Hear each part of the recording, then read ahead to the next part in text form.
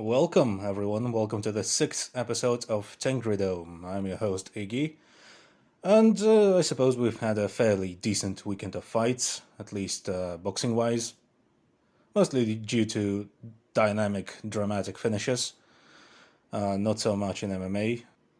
Though I suppose there was that really funny finish on the prelims in the UFC.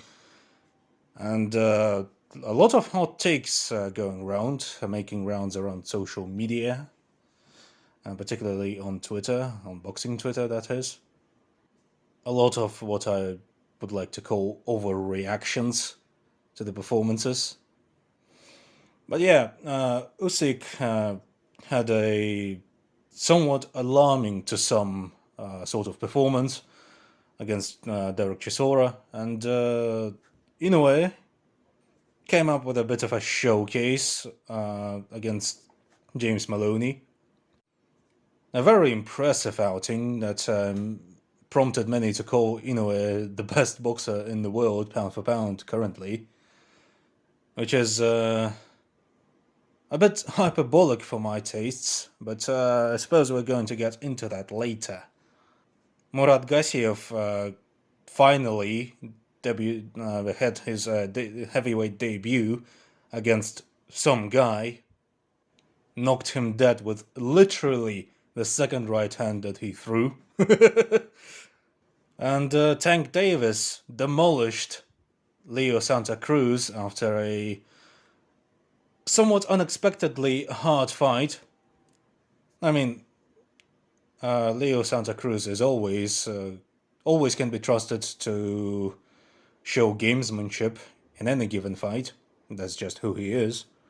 But that was a really scary knockout, one of the most vicious ones in recent memory. Thankfully, Leo Santa Cruz came out on his Twitter saying that he's been to the doctor and he's, as okay as he can be after such a knockout. Obviously, we don't always have access to the behind-the-scenes stuff regarding the health of some of the fighters, but I'm willing to trust him on this one. We'll see how he fares in the future. But yeah, let's just jump straight into it, shall we? Alexander Usyk versus Derek Chisora. A somewhat frustrating showing from Usyk. He's shown too much respect to a shambling, exhausted Chisora late in the fight for my tastes and the tastes of many other Usyk fans, and seemed unable to deal with dirty tactics early on, that is to say, very early on, because for his credit, he adjusted very quickly, and from the second round onwards, he didn't look as uncomfortable in the clinch with Chisora. But I mean, that just tells us how much stock we put into Usyk and how high of a standard we as fight fans hold Usyk to. There was also speculation about Usyk hurting his left hand, or left arm rather, left shoulder, somewhere down the stretch, which is what made him more conservative than he would usually be. There were moments in the fight where Usyk, quite frankly, looked one stiff 1-2 away from dropping Chisora dead. But, Usyk is naturally a bit of a slow starter because he's one of those fighters that prefer to take the first few rounds off in order to build up their reads and pour it on late, which is as feasible a strategy as any at higher weights, given the level of conditioning some of these higher weight class fighters have. And exhaustion, naturally, is one of the most reliable ways of getting finishes, or at least securing wins and running away with decisions by the end of it. This performance prompted many people to come out saying that come out with somewhat reactionary takes that sound like Usyk looked like he's simply unable to hang in there with actual real heavyweights, quote unquote. And things like Anthony Joshua is bound to knock Usyk dead, despite the fact that his style is nothing, absolutely nothing like Chisora's. Admittedly, Chisora fought a really crafty and smart fight because, I mean, roughing up a slickster and limiting his mobility using the clinch and making him carry your weight in order to sap his gas tank and then rough him up on the inside is always a good idea against someone who likes to move around a lot. But to my eye, it wasn't something like Usyk didn't look like he was in any danger of being starched by Chisora, despite the fact that he swung these big honking badonkadongs at every opportunity. Most of them landed on his shoulders and his guard, so, I wasn't very alarmed. Like, sure, they looked scary because this is an enormous walking fridge of a man, absolute tank, throwing these giant wind-up shots. So, of course, they're going to look impressive and look intimidating because with the amount of weight that Chisora was swinging with them, moved Usyk around the ring, which was, come to think of it, like strangely small for such big guys. Both of them well over 6 feet. But yeah, I felt very frustrated watching this live because I mean, I suppose a lot of boxing fans will be with me on this because when I say that we've expected more from Usyk. Chisora kept leaving himself wide open and kept squaring himself up while throwing these winding punches. And someone of Usyk's caliber would find it fairly easy to counter, or at least he should have. At some point in the fight, Chisora just blatantly, literally took a stroll around the ring. Like when he was on the ropes and Usyk had him cornered, what Chisora did was just basically turn his back on Usyk and just kind of take a leisurely stroll along the ropes. And I was honestly expecting him to just essentially quit on the spot right there. And I was watching the fight with my granddad, and me and my granddad always get fairly dramatic, fairly enthusiastic while watching fights because this is just my granddad's personality, and it sort of rubs off on me. So we kept yelling, just fucking punch him, Mosik, just punch him, just knock him dead. But once we've calmed down somewhat, we sort of realized that it wasn't as bad as bad of a showing as we had felt at first. I mean, Chisora fought a particularly awkward and ugly fight that not many top boxing heavyweights would, and he was sent reeling from shots from a diminished and possibly injured Usyk. I mean, Chisora looked just about done past the seventh round. And I have to say, I feel like this needs to be addressed. Like, this isn't like me making excuses for Usyk, but all of this seemed like fairly shady to me, or the way the fight was officiated, and it made me very wary about Usyk putting his trust in the judges like that. Because frankly, that referee let Chisora get off with a lot of borderline and sometimes at points downright illegal stuff. Because past the third and maybe the fourth round, what Chisora was basically driven to is to wade through Usyk's volume in order to land dick punches.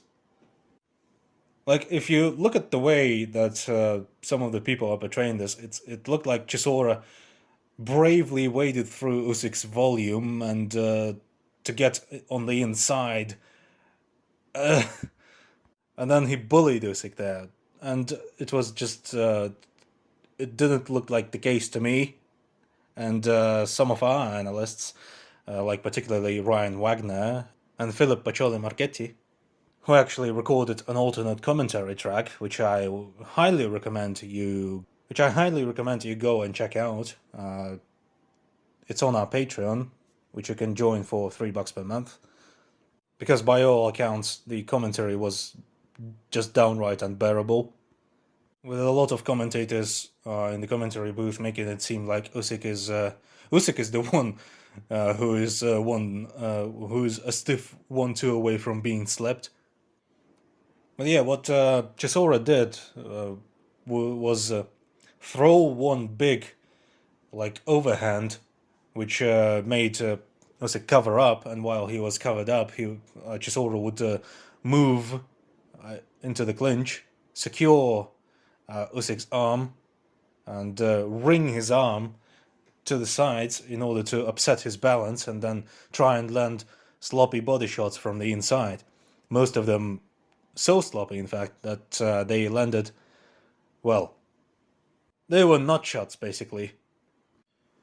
And while Usyk looked fairly uncomfortable early on, from the second round onwards, he adjusted his stance, and he would move into the clinch himself whenever Chisora moved towards him in order to stifle the big winding overhands, make it land with the forearms on his forearms and shoulders, and maintain his posture by tucking his arms in, assuming a bit of a shoulder roll position, which is something that James Toney and Floyd Mayweather, and Pernell Whitaker, people who were very adept at utilizing the shoulder roll and the filler shell in order to stifle someone's strikes and prevent them from manipulating them in the clinch and shoving them around in the clinch. And to be fair, the tactic of, if you have enough power, the tactic of making your opponent's, or making the tactic of deadening your opponent's arms with your power is a fairly feasible one, but that is with the caveat that you're going to actually land your shots to the head and to the body after you do that, after you make them feel a respectable degree of fatigue. And as to the Usyk being possibly injured, there was a point in the fight where he landed a body shot and then shook his hand as if landing that shot hurt him, because either the angle was weird or something of that nature, something else of that nature. Either that or Chisora trying to wring his arm out of its socket was what exacerbated the injury, or affected Usyk's ability to throw correctly, which led to the injury. And I mean, Usyk has a history of injuries to his arms, particularly a bicep injury, forearm injury, and I'm sure there were some shoulder injuries as well during the course of his career. If that's the case, then his performance makes a lot more sense and becomes a lot more impressive. But I don't actually know if that's the case, so feel free to disregard all that, which is what I'm going to do, and then go into the details of what he did to succeed right now. I mean, people criticize Usyk for not having punching power a lot of the time, but I mean, that's just plain not his style. Like, he can crack whenever he wants. Like, it's not something like earth-shatteringly painful or thudding. It's just his punches are very sharp. They keep you honest. They make you pay attention, and most importantly, they build up accumulative damage. Like, whenever you get hit with as many headshots from someone who isn't putting a lot of power behind them, but still lands over and over again with incredible accuracy, it's still gonna leave you with your ears ringing and your vision doubling. I mean, you're still being punched in the head. And also, it's a 200-pound man hitting you over and over again in the head. And like, after a certain point, once you move past the 200-pound limit, 200-pound point, there is such a thing as a law of diminishing returns. Like, everyone past this point hits hard as fuck. It becomes more of a question of technique more than anything.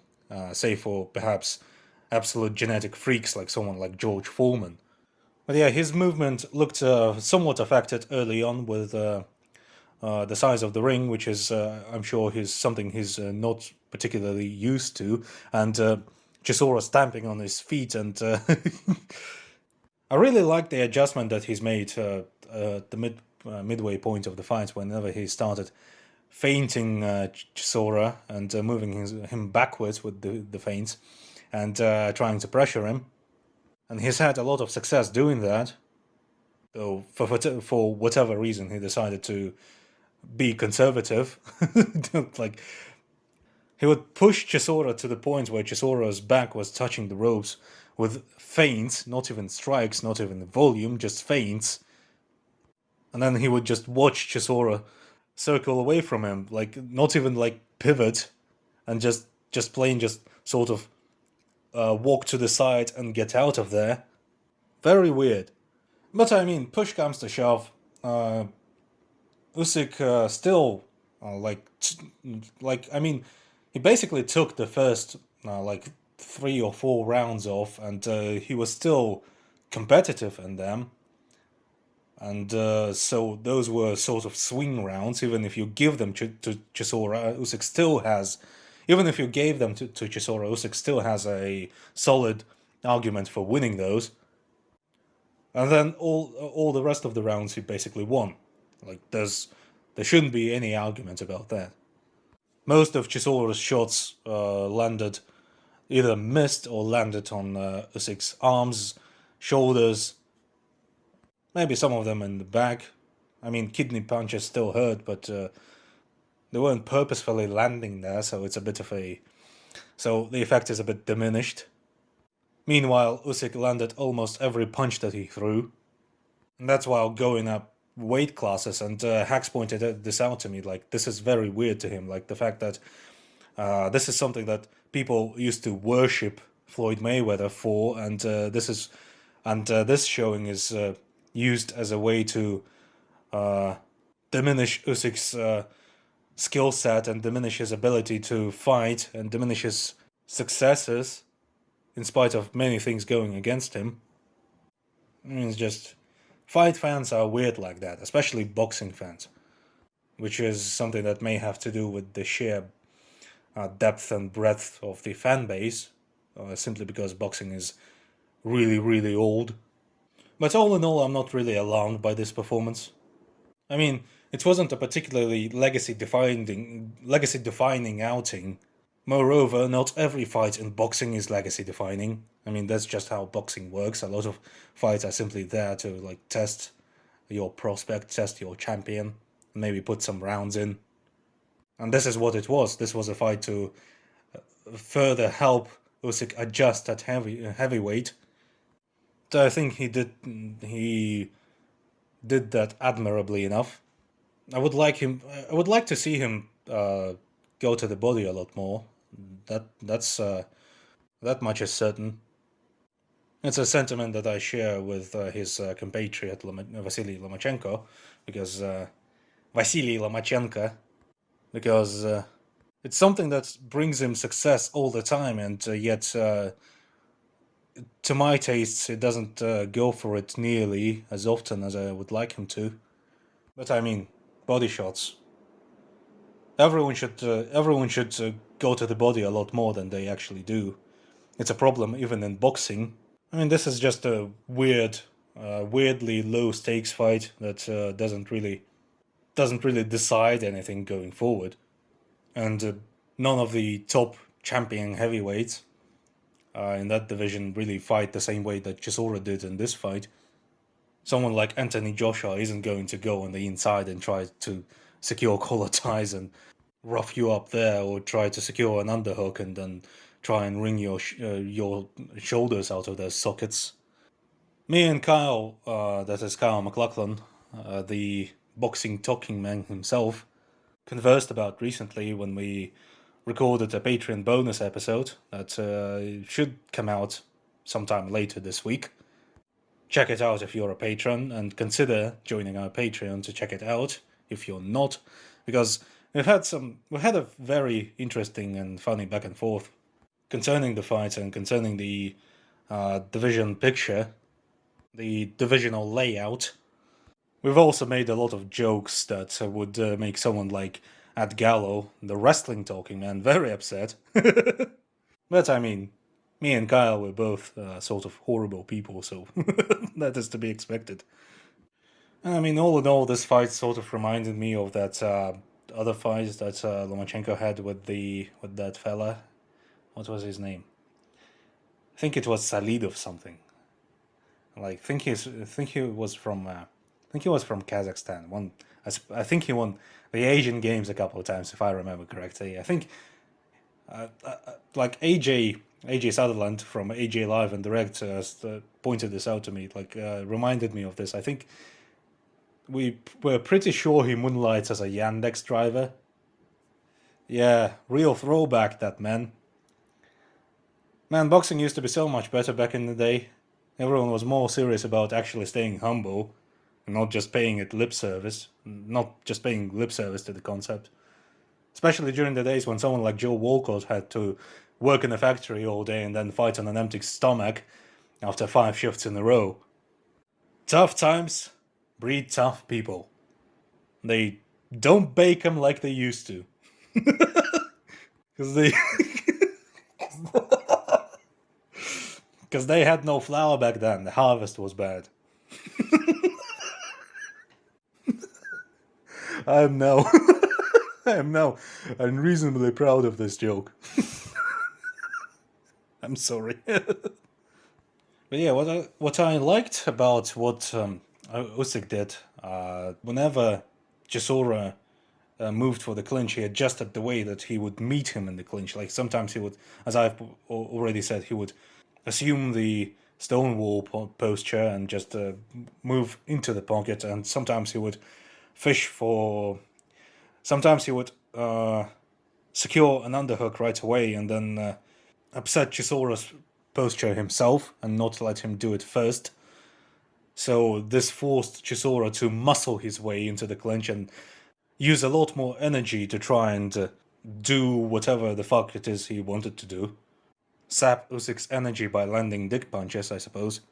But yeah, it's a fight I don't feel really compelled to go back and watch, which is something that can be said about the next two fights, next two boxing matches that took place in lighter weights. Naoya Inoue versus James Maloney. I mean, this fight should have been stopped like 3 times over. I mean, Maloney is tough, but he took an awful beating in that fight. It was basically a showcase performance for Naoya Inoue, and a performance that prompted many to say that Inoue is the best boxer they've ever seen, purely because I mean, Inoue is brilliant. Don't get me wrong, but it was obvious just how much more skilled Inoue actually is when compared to Maloney. So I wouldn't personally, I wouldn't use that win as a jumping off point for an argument that Inoue is pound for pound number one. I'd just like him to fight more and fight better guys, and then we could talk. But yeah, Inoue starched Maloney with a picture-perfect counter right hand, baited the jab from Maloney, baited the step in with the jab from Maloney, which is important, which created this head-on collision when Inoue threw this incredibly short, incredibly fast, very tight right hand that dropped Maloney dead. Inoue's counterpunching is just plain outrageous. I've got to admit, it's just incredible. Inoue is also very pretty to watch. He's very fan-friendly, which is, I suppose, something that may have prompted a lot of these people to call him a pound-for-pound number one already, simply because he's just so pretty to watch. And, admittedly, he's a very pretty man himself. His mechanics are very impressive. Like, I think part of the reason, which is something that Fenio, the Fight Sites video breakdown contributor Fenio, he said in the group chat that we have about Inoue's mechanics, Like, it seems like Inoue is able to throw so many punches so hard with such volume and not fall off a cliff later in the fight if he can't staunch his man early is the fact that he has incredible mechanics. And having incredible mechanics is always it's always beneficial to energy preservation. Well, that and obviously Inoue is an incredibly well conditioned boxer. So yeah, very impressive fighter Inoue. Tank Davis threw an uppercut from hell and damn near took Leo Santa Cruz's head off. Genuinely unsettling knockout in the way that Leo Santa Cruz fell over. It was one of those knockouts where it looks like the other fighter that got knocked out. He looked like a puppet that had its strings cut off. And then he just toppled over like a rag doll. Like in the Elder Scrolls games, whenever you kill an NPC, sometimes they just go, "Ugh!" and then fall over in an awkward heap of limbs. That's how that knockout looked like. That's what that knockout looked like. And Leo Santa Cruz gave a fairly tough fight to Tank before that, so which prompted everyone to say that Tank Davis is legit when it's actually the opposite. Because I mean, Tank Davis is twice the size of Leo Santa Cruz. But I mean, that's just the nature of this fan base, essentially. And the theme with all these fights, the theme was fairly low stakes fights that are meant to be showcases for the consensus more skilled and more accomplished fighter pound for pound. Like these guys were expected, like Chisora, Maloney, and Leo Santa Cruz were expected to make the fight competitive, like to make the other fighter work for the finish, but they were still expected to get finished. Chisora didn't get finished, which is what prompted many to think that Usyk isn't able to hang at heavyweight. Maloney got styled on and then finished, which is what prompted everyone to say that Inoue is the best boxer in the world. And Leo Santa Cruz, who is much smaller than Gervonta, who has trouble making weight actually, had a gutsy showing, which proved to everyone that Gervonta Davis has a heart or whatever. I'm not saying he doesn't, it's just that Leo Santa Cruz was expected to lose, and he lost in a devastating fashion. Like, sometimes I just want fight fans to just sort of dial it back a little, I want them to calm down. I mean, Usyk didn't get blown out the water or he didn't get bullied. He just didn't starch a half-dead Chisora later on. Inoue isn't the best fighter in the world yet. He just needs to fight more elite guys that would really test his skill set. And Tank is twice the fucking size of LSC. I mean, just calm down, please. Like, I'm not really shitting on anyone for getting excited, but not every fight is somehow a career, legacy-defining showing or is indicative of how a fighter would perform down the line, especially in boxing. I mean, some of those people are MMA fans or kickboxing fans and not really someone who watches boxing all that often. So there is this carryover effect from MMA, for example, where every fight is actually a career legacy defining turning point because of how MMA matchmaking works and how fighters train in MMA. It's just the meta. It works that way. In boxing, not so much. In boxing, the pacing is much more. It's much slower. Like the prospects and contenders actually get to build up to the point where they actually face pound for pound threats. I mean, obviously, it leads to a lot of stuff like padded records. Like if you look at any given professional boxer right now and go to BoxRec and look at the record, the first like 7 or 10 fights will just be random guys, and even those who fight world champions, quote unquote, going up. I mean, it's boxing. Everyone is a world champion. Being a world champion in boxing nowadays, it's like it's more of a litmus test for whether you're actually world class or up there, and not whether you're actually a pound for pound threat. Because there are so many weight classes and there are so many belts and there are so many variations on that belt.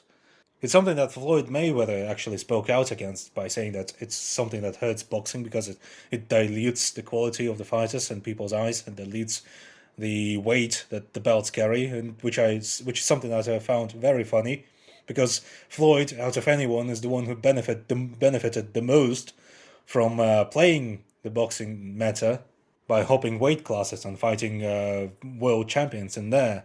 And a lot of his wins carry like these asterisks. Like this one fought in a different weight class. This one fought down a weight class. This one was old. This one came off a back and forth war that leaves a mark on your health going forward and diminishes your durability. This one is an easy matchup, etc., etc. The list goes on and on and on. And I'm not shitting on Mayweather here. He actually, he's the way he went about building his boxing career and finishing his boxing career is very smart. It's just that, context matters. And I mean, it's also like the whole thing about hyperbole and reactionism in boxing has to do with the fact that there are a lot of drama queens in the boxing sphere as well, because, I mean, that's just how modern media works. Uh, that's how, and social media cloud works as well, because being loud sells. I mean, look at Skip Bayless, whose entire shtick, Skip Bayless or Stephen A. Smith, the people whose entire shtick is just being loud and saying just whatever, and benefiting from hate clicks as a result.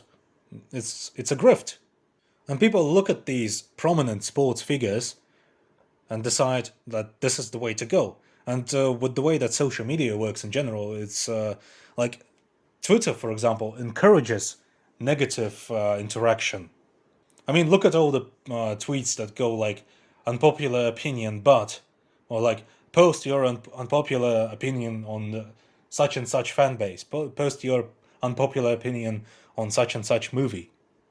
Like for some people, it's currently like sometimes Twitter partially implements some of the newer features. Like some people have reported that they no longer have the simply retweet button. They have it just goes into the quote tweet window, and then you have to just ignore that in order to retweet the thing without interacting with it. And this is their way of trying to increase interaction between people. Because quote tweets are a popular way of dunking on a person you dislike, or on a take you dislike, or just. And this increases negative interaction people have with loud, dumb morons, basically. I mean, Uriah Hall spoke out against it in his post fight interview on The Presser, right after he starched Anderson Silva in a very, very sad fight, sad old man fight. Conor Ribush wrote an excellent article in the build up to the fight called "The Next Anderson Silva," which examines the questions of fighter mentality and how the UFC builds its fighters and how it markets them, and how fans always clamor for the next iteration of their idol to come into the game and just make them indulge in their nostalgia once again. And Conor essentially nailed every dynamic of that fight and that piece. So I highly recommend you go back and read that. Conor is really at his best whenever he delves into the psychology of fighters and what drives them to succeed or fail, whether despite themselves or otherwise. And a lot of fans are compelled to dismiss that as armchair psychology, while gorging themselves on content from people like from YouTube channels where they analyze the psychology behind Conor McGregor's boner, or how Israel Adesanya stands like an incel leaning towards women or something like that, how he breaks his posture, and that makes him that's a trait of a better male. And I mean, that just ties back to my previous point about social media. This is just what sells. People click on this stuff. People are suckers for this lowest common denominator slop. And social media companies know this. And media companies in general, this is just this isn't just me being conspiratorial. If you look up like social media algorithms, and negative interaction, and you'd get a whole bunch of actual scientific articles on the subject. Uriah Hall really put it best. Like, we make idiots famous. Like, the UFC keeps giving Bryce Mitchell the mic, expecting funny sound bites like the one he's had on this that stupid camera short post-fight interview, like the one where he started yelling about giving him camera short, something like that. And then they gave him the mic after the fight, and then the only thing that he kept saying was how masks suck and how COVID is just a fake conspiracy or some shit. And when you give people like that a platform to speak on, of course other idiots are going to get encouraged by this. The modern society is incredibly idiot positive, is what I'm trying to say. I mean, earlier this month, Snack Moai, who's a talented video editor who's made a whole bunch of fighter fan cams, introduced a non-binary person to the world of MMA, and said person got interested in MMA after listening to my podcast, which has made me feel very proud. But then me and Snack sort of like realized that MMA is actually filled with horrible fucking people. And then Albert, a good friend of mine who writes excellent combat analysis articles and has his own podcast called My Life is a Goddamn Mess, asked me in the Fight Side Discord on the TENGRIDOME subchannel that like, what do you think about combat sports accessibility and how, like, in order to watch this you have to accept that you're tuning in to watch people hurt each other. What do you think about introducing people to combat sport? I took long enough answering that. I took so long answering that question that he actually recorded a podcast where he examines it himself, but more from a standpoint of someone like how do you introduce combat sports to people who dislike violence? Like he goes into stuff like escapism, inspiration, like how the way that fighters push past their physical limits like inspires people, and how combat sports are the purest expression of the human spirit, or at least are one of the purer expressions of the human spirit. I highly recommend you check that out. But yeah, all this stuff just gets me thinking sometimes. Like this podcast started out like as me talking about how politics and sports are intertwined, and in my very second episode, I've talked about how fighters can use and abuse their platform in order to reflect on in order to shed light on some issues or promote a political view they support.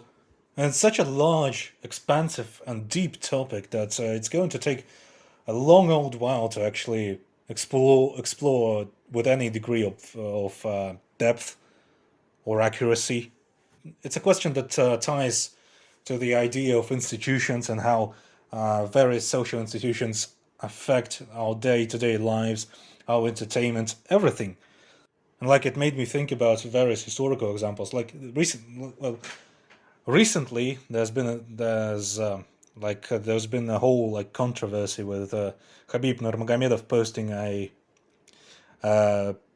writing a post on his Instagram account, the one where he posted Macron's face, the president of France's face, with a boot print stamped on his mug. He talked about how people who use freedom of speech as an excuse to disrespect religion and disrespect the Prophet Muhammad, and he said that people who do that should be smitten down by the wrath of God and be cast down into the pits of hell, like real fire and brimstone shit. And that phrase that people who utilize freedom of speech as an excuse to insult religion, it's a bit of a dog whistle. And like, for those who don't know, a dog whistle is basically a euphemism that you would use in order to disguise what you actually think, like say what you want to say without actually saying it. Like some conservatives, some shady conservatives use the phrase family values, protecting family values and the Institute of the Family Values as an excuse to say that women should stay in the kitchen and that men should be men, etc., and all with all that entails. And like Muhammad Ali, the beloved Muhammad Ali, one of the like my personal idol, and one of the greatest like sporting figures in human history, uh, was also a serial adulterer and a notorious womanizer, who also talked about how uh, mixed race children shouldn't be a thing, and how if a black woman is caught sleeping with a white man, that black woman should be killed. And I mean, obviously, he's not my personal idol because he said that. But it just tells you that fighters are not just these like unfeeling golems that only have their fighting career on their mind. They are people with views. And while Khabib Nurmagomedov and Muhammad Ali and other fighters, like for example Alexis Arguello, who very famously switched sides back and forth during the years of the Nicaraguan Civil War, like he would support the Contras first, then he would support the Sandinistas, then he would go back to the Contras and then go back to the Sandinistas again, and then actually committed suicide, which is something that some people consider to be a political murder, and some people consider to be a genuine, an actual suicide that he committed because he felt he struggled with depression a lot of the time, and that the internal turmoil brought about by the Civil War and his actions during the Civil War became unbearable for him. And this is a man who, by all rights, was considered to be too good for boxing, like as a person, like a sport where wife beaters are a run of the mill occurrence, and a sport where killing your wife isn't something that gets you banned for life. Like for example, with with the greatest middleweight champion in history, Monzon, Carlos Monzon, that is. Like he picked his he in a fit of rage he picked his wife up and threw her off a fucking balcony, killing her. I mean, he was retired by then, but it didn't get him like unpersoned from the sport. Like nobody went back and and like brushed his name off all the history books and all the records, all the boxing records. I mean, part of it is because being horrible to women has been normalized for hundreds of years, and part of it is because Manzon is a legendary fighter that was actually one of the greatest fighters of all time. And so, like, being a fight fan has always been this sort of like a moral bargaining game. Like, how much are you willing to forgive, and how much are you willing to ignore or accept in order to enjoy what you're watching on the screen? And the short, the general answer to this is that under the current social climate and the current and in the way that the current world works, there aren't actually no like ethical ways to consume anything. Like even your smartphone that you're currently used to talk about all the social issues on Twitter, on social media, has been very likely has been built by like child slaves somewhere in China under horrible conditions. And like thinking about all this on a daily basis and being mindful of this on a daily basis is something that, like, when you do that, if you do that, you run the risk of becoming so depressed that you actually start thinking about whether, like, if there's any point to it all. Like, why the fuck would I want to live in a world like this? Like, if every breathing living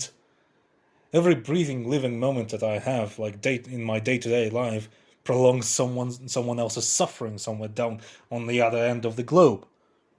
I mean, not to sound presumptuous or not to sound like someone like with a messiah complex, but that's true. When you zoom out enough, you start to realize that all the systems that are built around you in order to make your life comfortable have been built at someone else's expense. And combat sports is no different. Like going back to the Muhammad Ali example, the fact that the Rumble in the Jungle fight took place in Zaire, ruled by a murderous dictator who famously utilized slave labor in order to build the fucking arena, and very famously had those like labor slaves, like all those actual slaves and his political enemies who were made into slave labor, put under the arena into like cells where they were tortured and executed as the fight was going on. And it's still remembered as one of the greatest moments in sporting history, and not something like, and it's not remembered for like this fact that people were got tortured and murdered in the process. So then, taking all that into account, you have to ask yourself, like, why the fuck do you even watch this thing?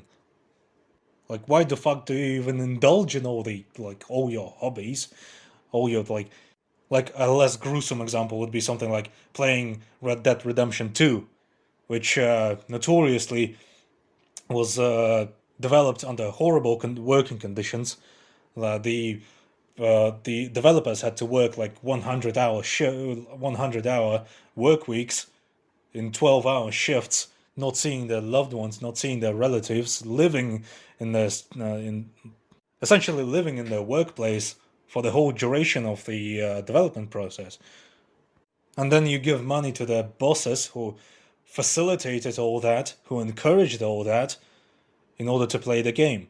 And it's not the employees who are benefiting from your money, it's their bosses who are taking all the large bonuses for and patting themselves on the back for releasing such a great selling product, great selling prominent product off the backs of the labor of all those poor fucking programmers and shit. And I'm sorry to disappoint you, but I can't actually give you an answer because it's something that I struggle with personally. And I mean, I do have actual pressing concerns to be worried about. I live in I live in a fucking village in the middle of Siberia, and what all that entails. But you gotta ask yourself these questions every once in a while, just purely in order to at least stay mindful of who you are as a human. Because all these people that I've just described, all these giant media conglomerates, murderous dictators, etc., etc., actually want us to be these mindless consumers.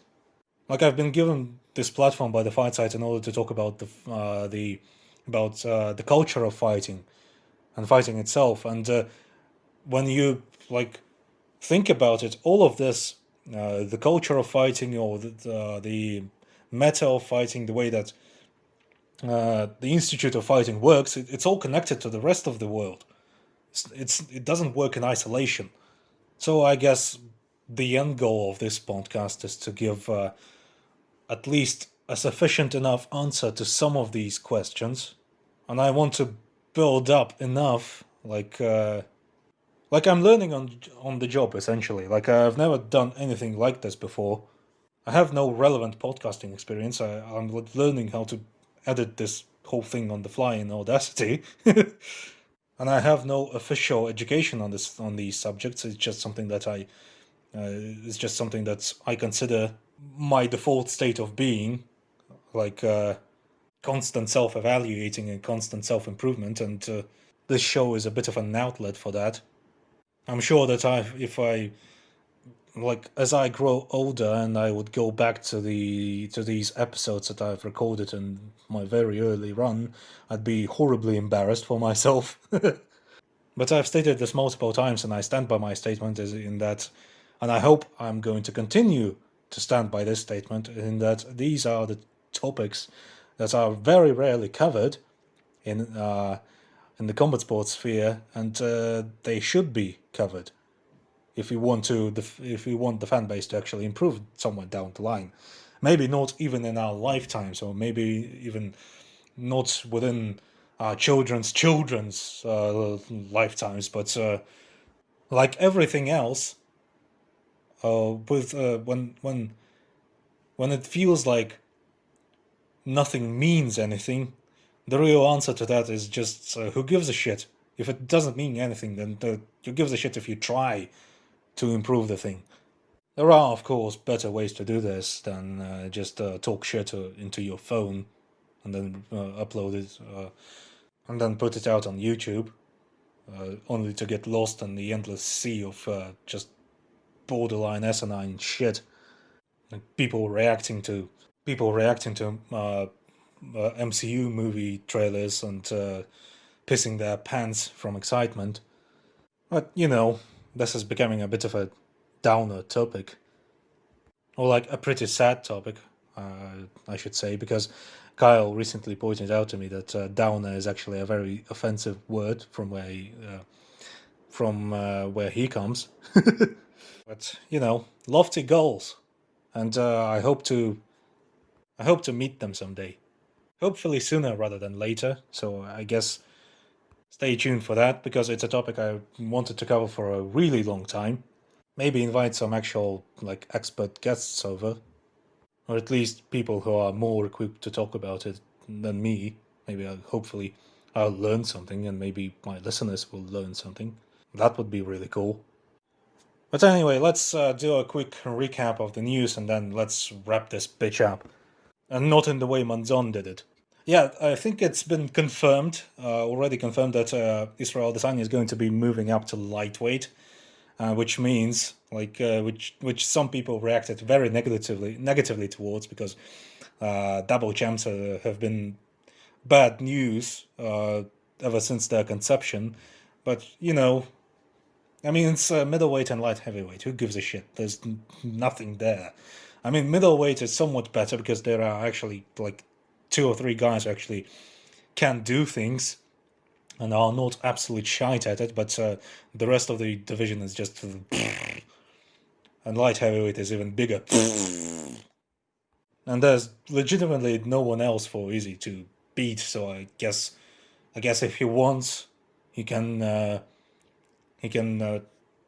bonk Big Yan, and then he can bonk John Jones. Wouldn't do much for his legacy, but the optics are great, I guess. The real takeaway from all this is that Robert Whittaker is finally saved. And like Dana White went into his usual spiel about Robert not wanting to fight Israel Adesanya, which is blatantly not true. Robert actually stated that he wants to fight Adesanya down the line, but he just has a newborn coming up, has a baby on the way, and he wishes to stay for the baby and make sure that it's healthy and all that. Like, be a dad instead of worrying about fights, which is a sentiment I completely agree with. But I mean, Dana White just doesn't understand how to do things without bullying his fighters and just painting them in a negative light, because he's a cunt like that. Dana White's, I mean, the man's a massive fucking cunt. He's just a cunt. He's a cunt. His wife's a cunt, his parents are cunts, his grandpa are cunts, his kids are cunts, his uncles are cunts, his dogs are cunts, his cats are cunts, and acts like a cunt towards his cunt dog. He lives in a cunty house and drives a cunty car. We're cunt people, and we want our cunt spot to stay right where it belongs, where we can be cunts to each other under the same country status quo. That's how the world works.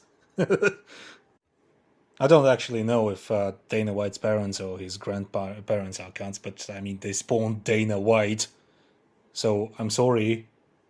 No sympathy here. But yeah, I guess Rob can just knock the shit out of Paulo Costa and then, I don't know, retire. Rob is one of those fighters that I would actually like to see happy rather than fighting. So if he decides to do that, then all power to him. Oh yeah, a lot of people got really mad that Adesanya is moving up to become a double champ, because they thought that Ankalaev is the more deserving prospect and the contender in the light heavyweight division.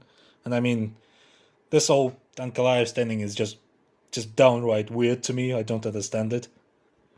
Like, I mean, it's light heavyweight. Whenever there's someone who's not completely shit at his job, people always jump on that bandwagon and expect great things from him. And by great things, I mean something like doing basic run-of-the-mill southpaw stuff and just knocking everyone dead with your left hand, because people at light heavyweight don't know shit about fuck.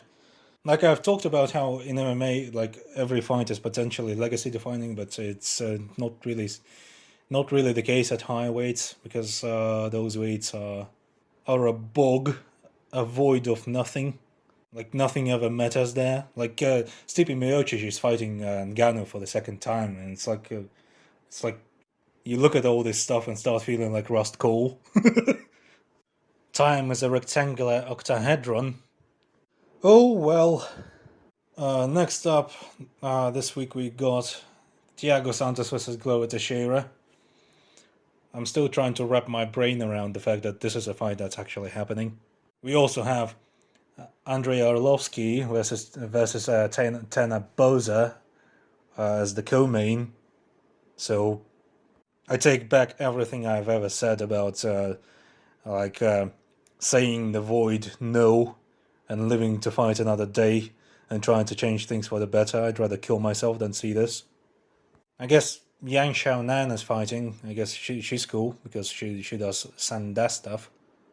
There are a couple of men's bantamweight fights. I guess they could be like good fun. Do you know what? Maybe next week's episode maybe could be dedicated to all the things that I've said I want to talk about, instead of actually trying to do a post-fight breakdown because there's fucking nothing going on. Go listen to like Heavy Hands or something. They always cover every week's event. They also preview every week's event.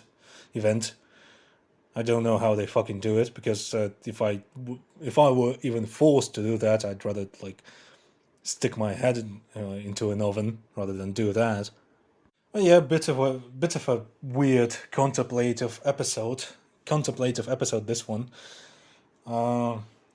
Check out our Patreon, where we put out stuff like alternate commentary tracks, and recently at Gala started a resume evaluation series where he goes back and watches every single fight from a fighter of your choosing, provided you pay us enough. But you gain access to all the resume evaluations that he's already done by paying us as little as $3 per month.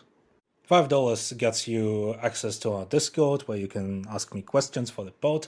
This is the best way to ensure that I'm actually going to answer your questions. And just Discord, we got a great Discord community in general. Everyone is witty, smart, and always great fun to talk to. Check out Hyperfly for all your grappling and combat sports needs. Sign with a Bovada for a $250 signing bonus. Please bet responsibly. Check out ExpressVPN, which provides protection in an era of mass communication, when personal information protection is more important than ever. These episodes are getting increasingly harder to make because of life stuff and the fact that my sleep schedule has been ruined because of the scheduling of some of the fights, and I've had to stay up all night, and then I felt sort of fucked up for like the whole 2 weeks. If this episode has turned out to be a shambling, rambling mess, then I apologize. And I mean, it's not like I'm making like bi-weekly episodes that require me to put out consistently put out combat analysis of consistent quality. Fuck's sake. But I mean, it's a bit of a Seinfeld podcast anyhow. Like, I just talk about whatever. But yeah, next I'm planning, or at least I'm thinking of planning, to tackle the questions of combat sports accessibility and equality in combat sports and all that, which is something that I wanted to extrapolate on ever since episode 2, where I talked about how I think that sports are a genuine way to like build bridges between people and build bridges between cultures. There's also a whole bunch of questions that are laying down in the Discord, collecting dust, which I am absolutely intending to get back to them and record one more listener mailbag sort of episode. Stay tuned for that. Thank you for listening. Keep your head up and your chin tucked in. Dachin, also tre, beirte.